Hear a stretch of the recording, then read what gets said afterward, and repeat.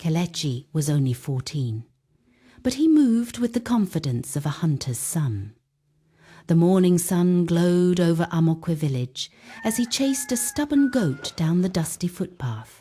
The air smelled of firewood and ripening palm fruits. What began as an ordinary chore was about to pull him into a nightmare. The goat's bell clanged sharply as it darted into the tall bushes.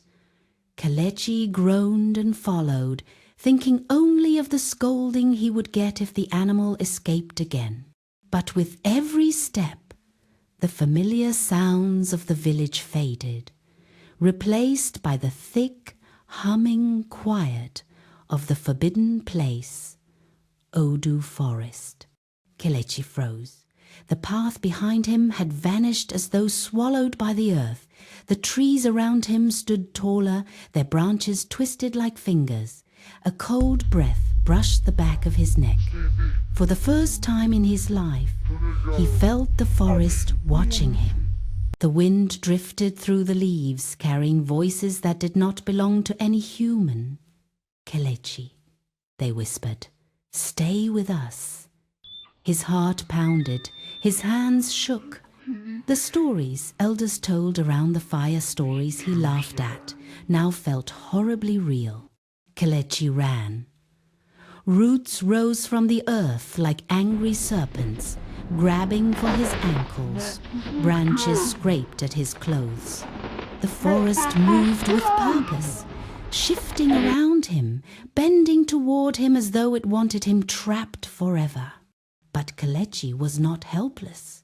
With trembling strength, he gripped the little machete his father had given him. He slashed at the vines, cutting himself free.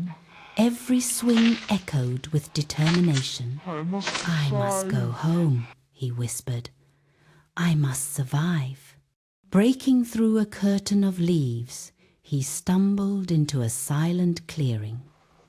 At its center lay a fallen Iroko tree, split open like a waiting doorway. Freshly carved on its trunk was a single chilling word, home. Someone or something wanted him to follow. A rustling sound crawled across the clearing. From behind the tree, a thin, pale creature emerged, its long fingers dragging across the dirt. Where eyes should have been, there were only smooth hollows. But it smiled wide, unnatural, and then it charged. Kelechi bolted through the hollow trunk of the fallen Iroko. The creature's claws scraped the wood inches behind him. He burst out the other side and spun around, swinging his machete with raw instinct and terror. The blade struck something solid. A shriek tore through the forest, ancient, furious, wounded. The creature dissolved into drifting black dust, fading into the air like smoke blown out by an unseen breath. Breathless and trembling, Kelechi looked up. For the first time since entering the forest, he saw it the familiar footpath leading home. Whether it had always been there or had magically appeared, he didn't know. But he walked, weak and desperate, toward safety. At dawn, Kelechi emerged from the tree line like a ghost returning from the dead. His mother screamed his name and ran to him, wrapping him in her arms. Villagers gathered, stunned, whispering prayers. Kelechi could barely speak. His voice trembled. "The forest is alive," he whispered.